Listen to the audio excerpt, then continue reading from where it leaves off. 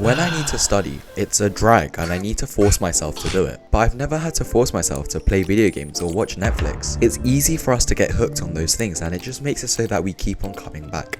But not so much for studying. So the real question is there a way to combine the fun aspects of video games to studying so that we don't need to rely on motivation? And I'll use video games as an example because me and so many other people have spent hours upon hours on video games. So there must be something special, right? That all of us keep coming back to this. Spending thousands of hours leveling up our virtual character. I remember I used to happily get up early to play video games and use my time on that. So let's explore why video games are so addictive and how we can use some principles to level up our study life. The first thing that video games have is a well-defined objective. Whether in Clash of Clans it's to level up all your buildings, or in Minecraft to get all the achievements, or to do the next quest in Terraria. We're given quest logs, objectives, and specific tasks throughout the game, and if we ever get stuck, we can just simply talk to the NPC and they give us a series of steps on what to do next. And even better, if you get stuck on a specific stage, you can simply just Google a walkthrough on YouTube, and there are a plethora of different walkthroughs and how-to type of videos for you to just get help with. But as students, our storyline, our objectives are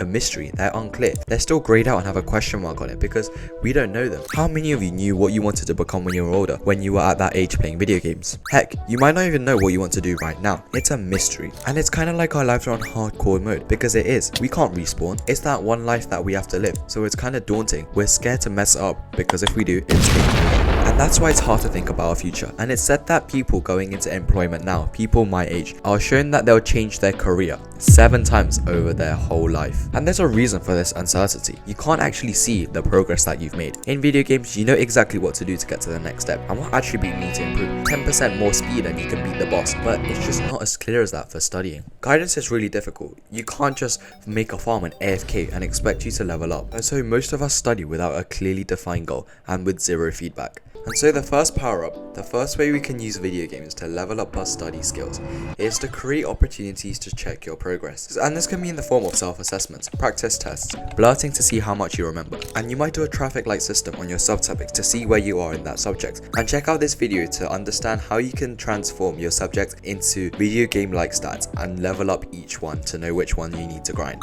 Track your progress, make a mistakes log, keep a track of all your test scores. Record all this because this is done automatically in video games, but we have to do it manually for ourselves so that when the time comes we can pause and see how far we've come. Once you have clarity and a clear challenge, we can now do it with a sense of clarity and purpose. And although in real life there isn't a game that automatically gives us guidance, you can ask online if med school is the right option for you. Ask someone if this business model is right. Ask someone what they think of this study technique. And you can ask this to your teacher or the YouTube search bar. It's your job as a student to get feedback as often as possible. And the second subtle seductive trait that video games have is that video games are low risk but high reward. You can respawn, you can go into save files, you can practice it until you get it right. Heck, you can even turn on cheats. You're in complete control. There's no consequence for failure. Think about it. If you knew that you had unlimited attempts to beat something and there wasn't a consequence for you getting it wrong, you'd be more likely to beat it. There was this experiment where users got an electrical shock when they got the answer wrong, whereas one group did not. The group that got electrical shocks gave up significantly faster because there was the mental barrier of being scared to fail. And the risk of losing a Valorant game is so low. You can just re-queue. Sure, you lose some RR, but what's that?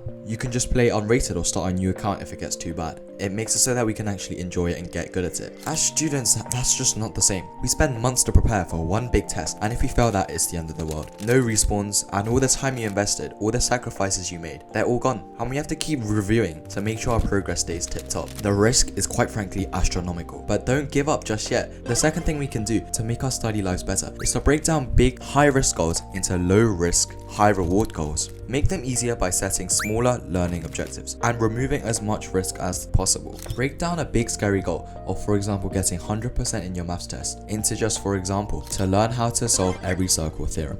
And focusing on tiny objectives that's in front of you and learning from past experiences to reach a big goal is the right way to go, because then over time you can add up and you're equipped and ready to fight the boss. And the reason that this works so well is that, think about it, the goal of just being able to understand how to do circle theorems doesn't have an immediate risk. It's low risk but it's high reward. Whereas if you fail the maths test, the risk of failing is there. And the third way video games always make us come back is that they install FOMO. And FOMO just means fear of missing out. Video games have streaks, they have daily login bonuses that make you come back every day for getting your rewards. And it creates this looming fear that you're going to lose your streak, you're not going to get the best rewards. And this FOMO is what gets us back to play into video games. Because it's an evolutionary trait that what gets rewarded gets repeated. And we don't really see this at school. Nothing really happens when you study every day. Nothing happens when you hand in your homework every day. There's no streak, there's no bonus, there's no reward that we get. Or it seems like it. It's all solo, it's all by yourself, so there's no fear of missing out. Because imagine if you could bring in your dream team to do a test with you and you could select your team comp. That would be so amazing, right? But it's just you,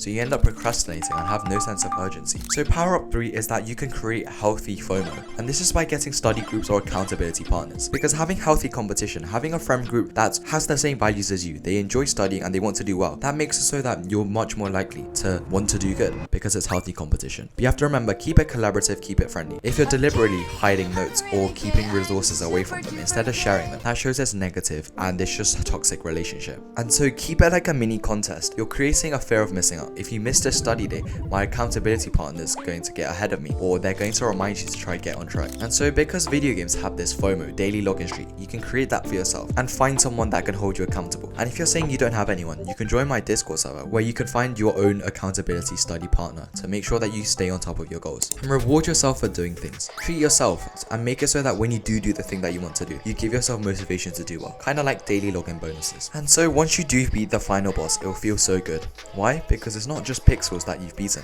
It's not the Ender Dragon, it's not that boss. It's life. You conquered life. Pure accomplishment comes from hard work. And so do the hard work.